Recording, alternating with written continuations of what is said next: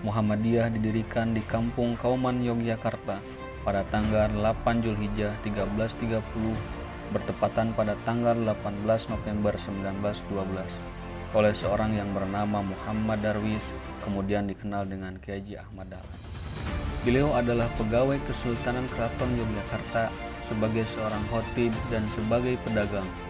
Melihat keadaan umat Islam pada waktu itu dalam keadaan jumud, beku dan penuh dengan amal-amalan yang bersifat mistik, beliau tergerak hatinya untuk mengajak mereka kembali kepada ajaran Islam yang sebenar-benarnya berdasarkan Quran dan hadis.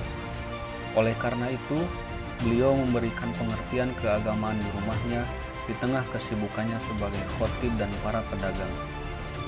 Mula-mula ajaran ini ditolak, namun berkat ketekunan dan kesabaran akhirnya mendapatkan sambutan dari keluarga dan teman dekatnya. Profesi sebagai pedagang sangat mendukung ajakan beliau, sehingga dalam waktu singkat ajakannya menyebar keluar Kampung Kauman, bahkan sampai keluar daerah dan keluar Pulau Jawa. Untuk mengorganisir kegiatan tersebut, maka didirikan Perserikatan Muhammadiyah dan kini Muhammadiyah telah ada di seluruh kota. Muhammadiyah adalah sebuah organisasi Islam yang besar di Indonesia.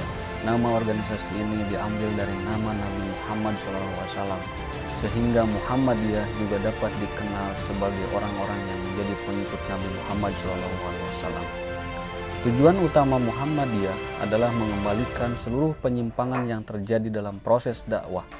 Penyimpangan ini sering menyebabkan ajaran Islam bercampur baur dalam kebiasaan di daerah tertentu dengan alasan adaptasi. Gerakan Muhammadiyah berinci sangat membangun tata sosial dan pendidikan masyarakat yang lebih maju dan terdidik. Ini dibuktikan dengan jumlah lembaga pendidikan yang dimiliki Muhammadiyah yang berjumlah ribuan.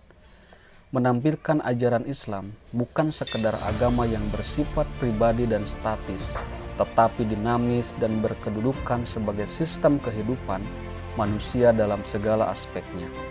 Akan tetapi ini juga menampilkan kecenderungan untuk melakukan perbuatan yang ekstrem.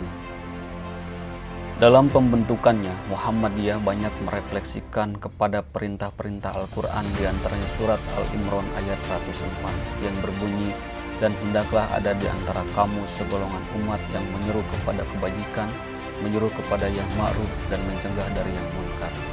Merekalah orang-orang yang beruntung." Ayat tersebut menurut para tokoh Muhammadiyah mengandung isyarat untuk bergeraknya umat dalam menjalankan dakwah Islam secara terorganisasi. Umat yang bergerak yang juga mengandung penegasan tentang hidup berorganisasi. Maka dalam butir ke-6 Muqaddimah Anggaran Dasar Muhammadiyah dinyatakan melancarkan amal usaha dan perjuangan dengan ketertiban organisasi, yang mengandung makna pentingnya organisasi sebagai alat gerakan yang niscaya.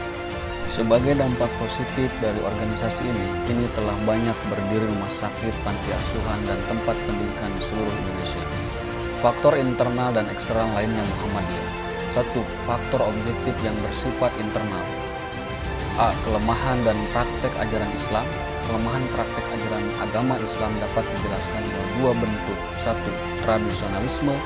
Pemahaman dan praktek Islam tradisionalisme ini ditandai dengan pengukuhan yang kuat terhadap khasanah intelektual Islam masa lalu dan menutup kemungkinan untuk melakukan ijtihad dan pembaruan-pembaruan dalam bidang agama. Paham dan praktek agama seperti ini mempersulit agenda umat untuk dapat beradaptasi dengan perkembangan baru yang banyak datang dari luar atau barat.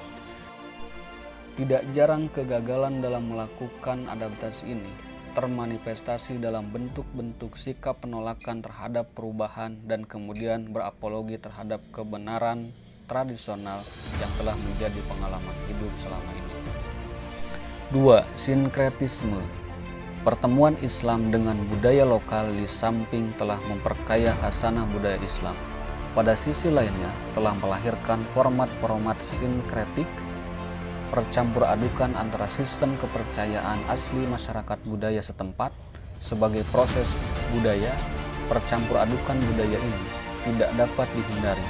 Namun kadang-kadang menimbulkan persoalan ketika percamur adukan itu menyimpang dan tidak dapat dipertanggungjawabkan dalam tinjauan akidah Islam. Orang Jawa misalnya, meski secara formal mengaku sebagai Muslim, namun kepercayaan terhadap agama asli mereka yang animistis tidak berubah.